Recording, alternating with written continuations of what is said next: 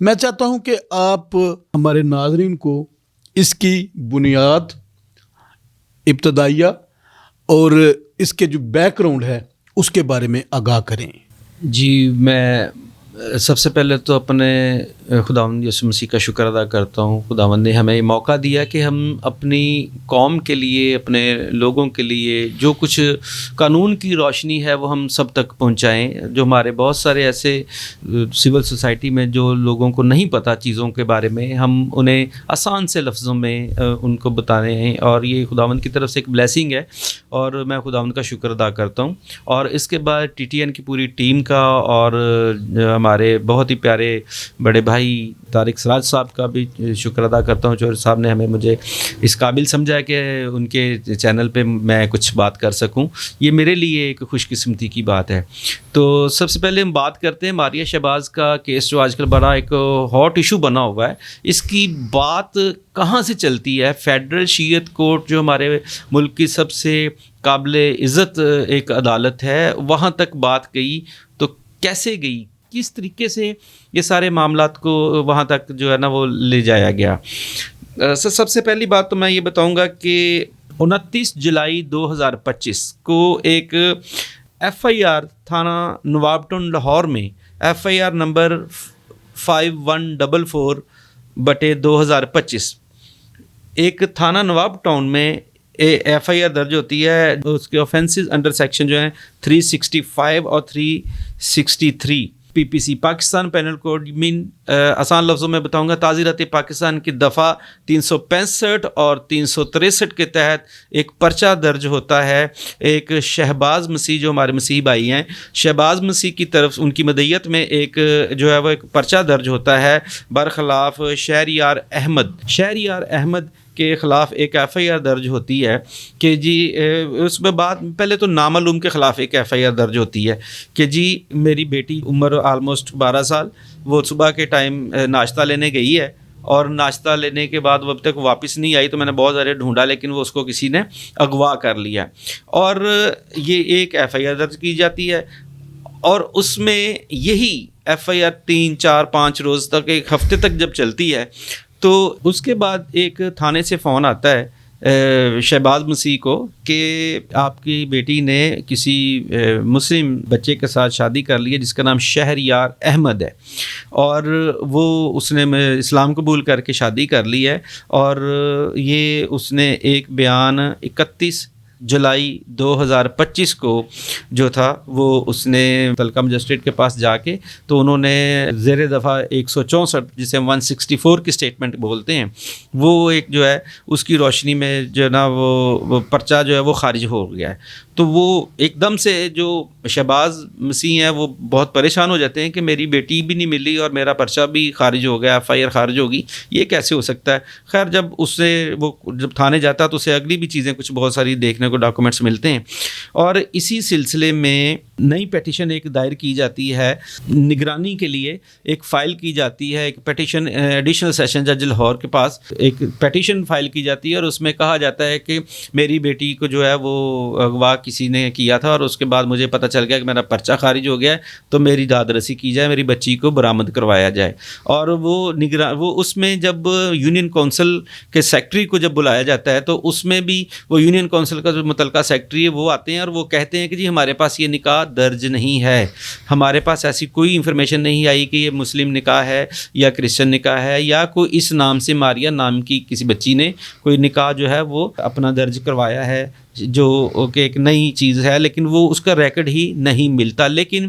جو ہے سیشن عدالت جو ہے وہاں سے وہ شہباز مسیح کو داد رسی نہیں ملتی، اس کا ریلیف اس کو نہیں ملتا، اور اسی سلسلے میں اسی ریلیف کے لیے مورخہ 21/8/2025 کو لاہور ہائی کورٹ میں ایک ریویژن پیٹیشن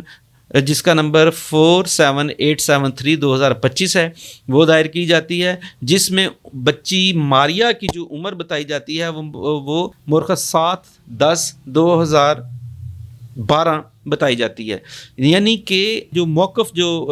اختیار کیا گیا ماریہ کے والد شہباز مسیح کی طرف سے اس وقت بلکہ بڑا واضح طور پہ بتایا گیا کہ نکاح کے وقت ماریہ کی عمر 12 سال 9 مہینے اور 20 دن تھی، جو کہ CRC کے مطابق جو ہے وہ یونین کونسل کی طرف سے جو ڈاکومنٹ جاری کیا گیا اس پہ جسے ہم آسان لفظوں میں بے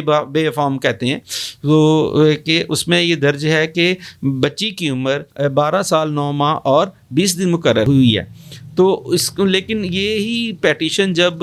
ریوین پیٹیشن پہ جب آرگومنٹس کیے گئے، بحث و مباحثہ ہوا، تو یہ الٹیمیٹلی 25/8/2025 کو جو تھی لاہور ہائی کورٹ سے وہ پیٹیشن ریوین پیٹیشن جو تھی وہ خارج ہو جاتی ہے. اور اسی کی صورت میں کورٹ نے بلکہ یہ ڈائریکشن دی کہ اگر آپ یہ سمجھتے ہیں کہ بچی ان کے پاس ہے، کسی دوسرے کے پاس ہے، تو آپ متعلقہ فورم پہ جائیں. تو متعلقہ فورم پہ جانے کے بعد جو یہ ایک دوبارہ سے ایک پیٹیشن شہباز مسیح کی طرف سے دائر ہوتی ہے لاہور سیشن کورٹ میں، اور اس میں موقف اختیار کیا جاتا ہے کہ یہ جناب یہ اس میں یہ نکاح فیک ہے، یہ بچی ابھی نابالغ ہے، اس کی عمر جو ہے 12 سال 9 ماہ اور 20 دن ہے، تو یہ بچی شادی کرنے کے قابل نہیں ہے، ابھی نابالغہ ہے. تو اس کے باوجود جب سیشن عدالت کیا کرتی ہے کہ دوبارہ سے اسی جو یونین کونسل کے متعلقہ سیکرٹری صاحب کو نوٹس کیا جاتا ہے، وہ بلاتے ہیں، سیکرٹری صاحب آتے ہیں اور وہ پھر سے وہی اپنا موقف اختیار کرتے ہیں کہ ہمارے پاس ایسی کوئی بھی نکاح درج نہیں ہے، نہ ہمارے پاس کوئی ایسا ریکارڈ ہی موجود ہے. تو جسے صاف ظاہر ہوتا ہے کہ وہ ایک فیک نکاح تھا،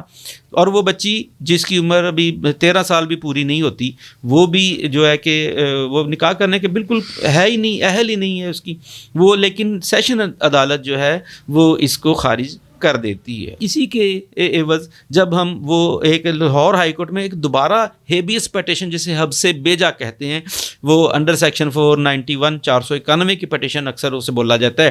تو وہ ایک ہیبیس پیٹیشن جس کا نمبر 61396 2025 ہے، لاہور ہائی کورٹ میں دائر کی جاتی ہے. اور اس میں بھی یہی موقف اختیار کیا جاتا ہے کہ اس کی ایج اتنی ہے اور اس کا ریکارڈ جو ہے وہ کسی یونین کونسل میں موجود نہیں ہے. تو اسی طریقے سے لیکن آنریبل لاہور ہائی کورٹ نے بھی اس بات کو کنسیڈر نہیں کیا، اور شہباز مسیح کی جو داد رسی تھی وہ ممکن نہ ہو سکی. اور اس کے بعد اس میں صاف طور پہ واضح طور پہ جو ہے کہ ایک فیڈرل شریعت کورٹ ججمنٹ جس کے PLD 2025 پیج 8 پہ بڑا واضح طور پہ بڑا ایک مدبرانہ اور بہت ہی ایک ڈیٹیلڈ ججمنٹ ہے جس پہ یہ سارے فیکٹس بتائے گئے ہیں اس سے پہلے. تو لیکن وہ بھی جو ریفرنس دیا گیا اس کو بھی آنریبل لاہور ہائی کورٹ نے کنسیڈر نہیں کیا، اور الٹیمیٹلی وہ جو تھی ہیبیس پیٹیشن وہ خارج ہو جاتی ہے. اور اس کے بعد جو یہی پیٹیشن جب فیڈرل شریعت کورٹ میں اسلامک پوائنٹ آف ویو سے جب دائر کی گئی تو وہاں پہ بھی ایک فیصلہ آیا، اور اس فیصلے میں انہوں نے جو ہمیں آج کل جو ہاٹ ایشو ہمارے لیے بنا مورخہ 3/2/2026 کو فیڈرل شریعت کورٹ کی آئینی عدالت نے ایک فیصلہ دیا جس پہ اس نکاح کو جائز قرار دیا گیا، اور اس میں ایج کا نکاح کے وقت ایج کا جو مقرر کیا گیا وہ اس میں جو تھی وہ 18 سال سے کم کو بھی نکاح جائز قرار دے دیا گیا. اور میں یہ سمجھتا ہوں کہ یہ صرف نہ کہ مسیحی قوم کی بچیوں کے لیے یہ فیصلہ ہوا ہے، بلکہ جتنی بھی کمیونٹیز ہمارے یہاں پہ ملک پاکستان میں بس رہی ہیں، یہ سب کے لیے وہی فیصلہ ہے جو کہ ایک تلوار کی مانند ہے جو ہمارے سروں پہ ایک تلوار لٹکی گئی ہے. لیکن اس کے باوجود ہم کورٹس کے فیصلوں کو اوبے کرتے ہیں، لیکن یہ ہے کہ جہاں پہ ہم نے یہ بھی دیکھنا ہے کہ کیا ہمارے کرسچن لاز میں، کرسچن میرج ایکٹ میں کون سی ایسی پروویژنز موجود ہیں جس کے تحت ہم یہ شادی کو جائز قرار دے دیں یا کہ وائڈ قرار دے دیں یا کیا کریں. یہ فیکٹس ہیں جو آسان سے لفظوں میں نے اپنے کوشش کی کہ اپنے بہت سارے لوگوں تک، اپنے دوستوں تک، اپنی قوم تک پہنچایا جائیں کہ بات شروع کہاں سے ہوتی ہے. جی نیاز احمد بھائی، آپ نے بڑی خوبصورتی کے ساتھ اس سارے معاملے کی بیک گراؤنڈ جو ہے وہ ہمارے ناظرین تک پہنچائی. ہم اس بات کے لیے آپ کے شکر گزار ہیں. بات یہ ہے کہ چونکہ جتنی بھی پروسیڈنگز ہوئیں، جب ہم فیصلے کو بھی پڑھتے ہیں، دیکھتے ہیں، فیصلے میں بھی واضح طور پر یہ بتایا گیا ہے کہ جتنی بھی پروسیڈنگز اس ضمن میں ہوئیں وہ ساری فیک تھیں، اور ان کے اوپر کرمنل پروسیڈنگ جو ہے وہ کی جا سکتی ہے. اور پھر جو آخری جملہ اس فیصلے میں عدالت حضور نے لکھا کہ اگر کسی قسم کی کوئی کرمنل پروسیڈنگ کسی فورم پر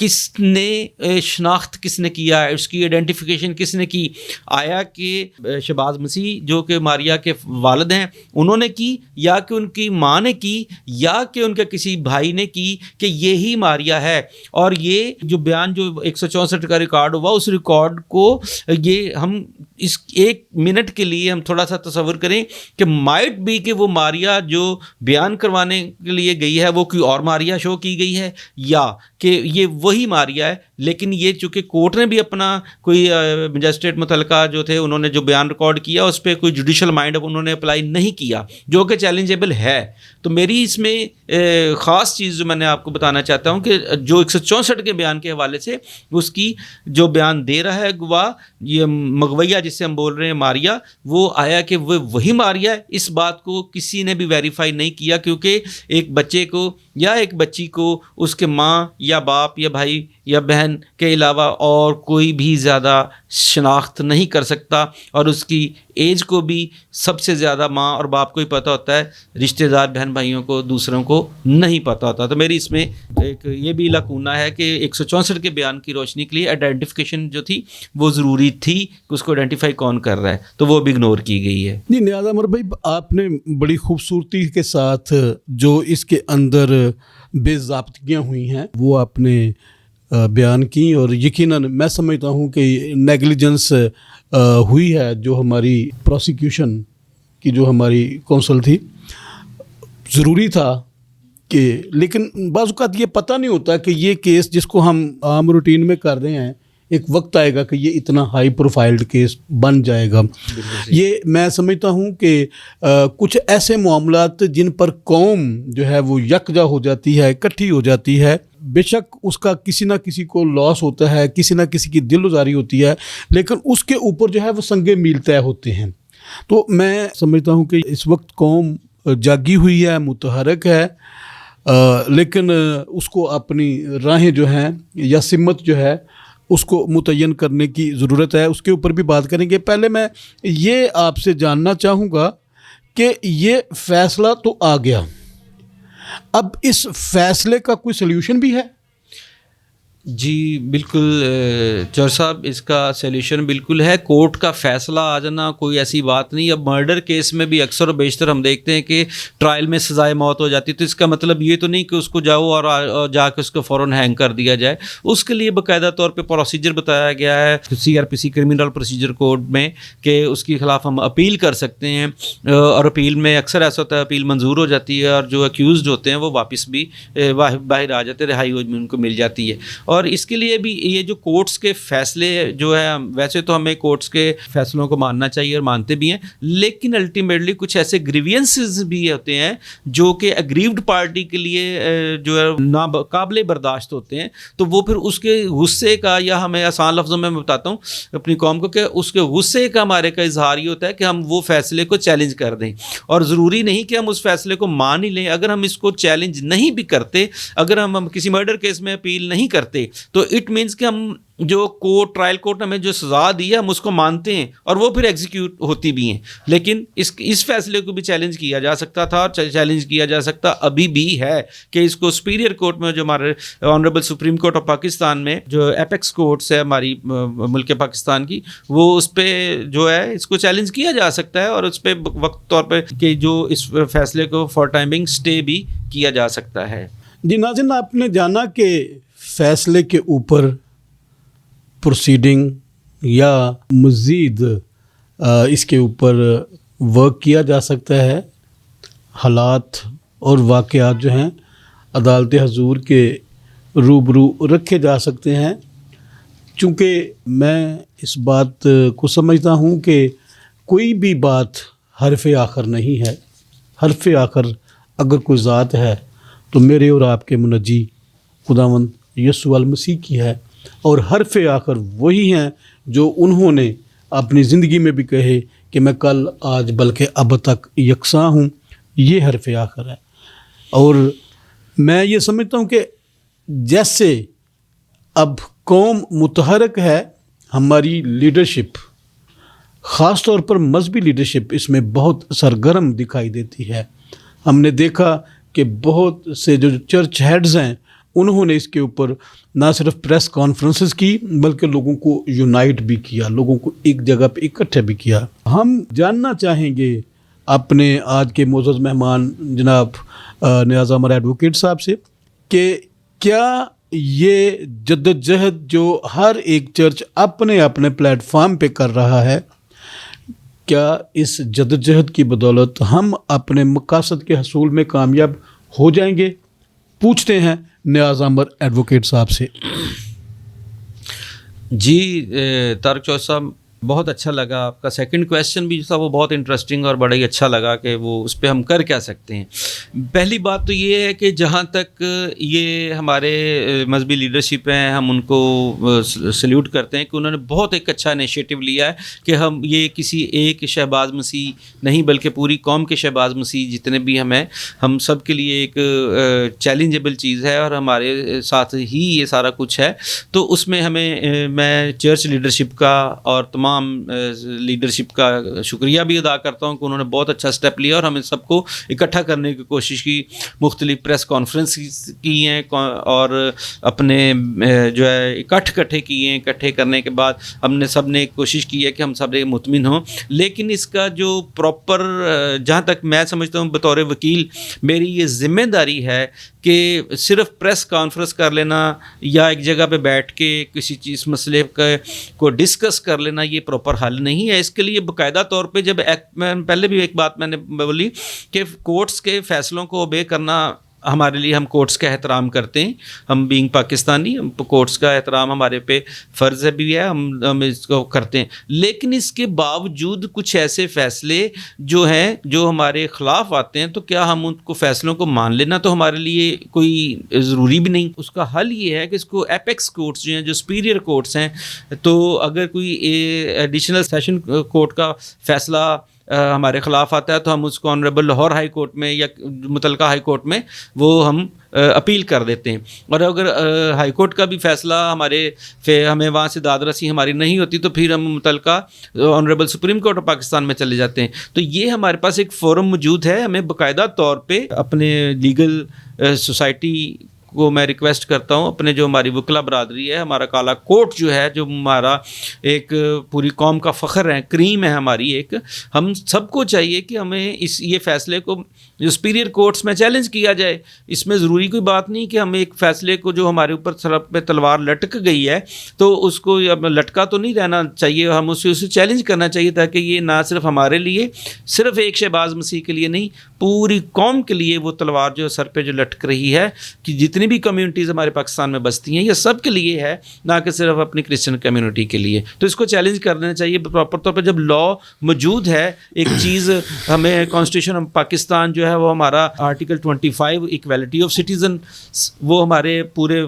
جتنے بھی پاکستانی شہری ہیں ان کو برابری کے حقوق حاصل ہیں, مساوات کو شو کرتا ہے, بیان کرتا ہے آرٹیکل 25. اور 36 آرٹیکل 36 جو ہے 36 کانسٹیٹیوشن آف پاکستان 73 کا, وہ تو باقاعدہ طور پہ ہماری مائنورٹیز کے رائٹس کو جو ہے وہ ڈیفینڈ کرتا ہے. تو ہمارے پاس اویلیبل ہیں جو لا میں چیزیں اویلیبل ہیں تو ہمیں ان کو کرنا چاہیے. ہمیں چاہیے کہ جب ایپیکس کورٹ ہمارے پاس موجود ہیں ہمیں داد رسی کے لیے, تو ہمیں وہاں پہ دروازہ کھٹکھٹانا چاہیے تاکہ ہم اپنے لیے اور اپنی قوم کے لیے انصاف تلاش کر سکیں. جی ناظرین, آپ نے سنا کہ حل موجود ہے.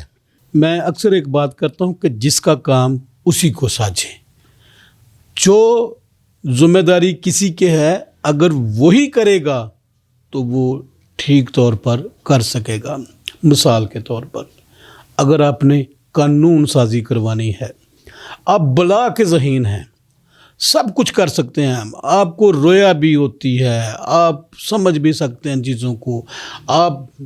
اچھی گفتار بھی ہے آپ کی, آپ اچھا بول سکتے ہیں, اچھا لکھ سکتے ہیں,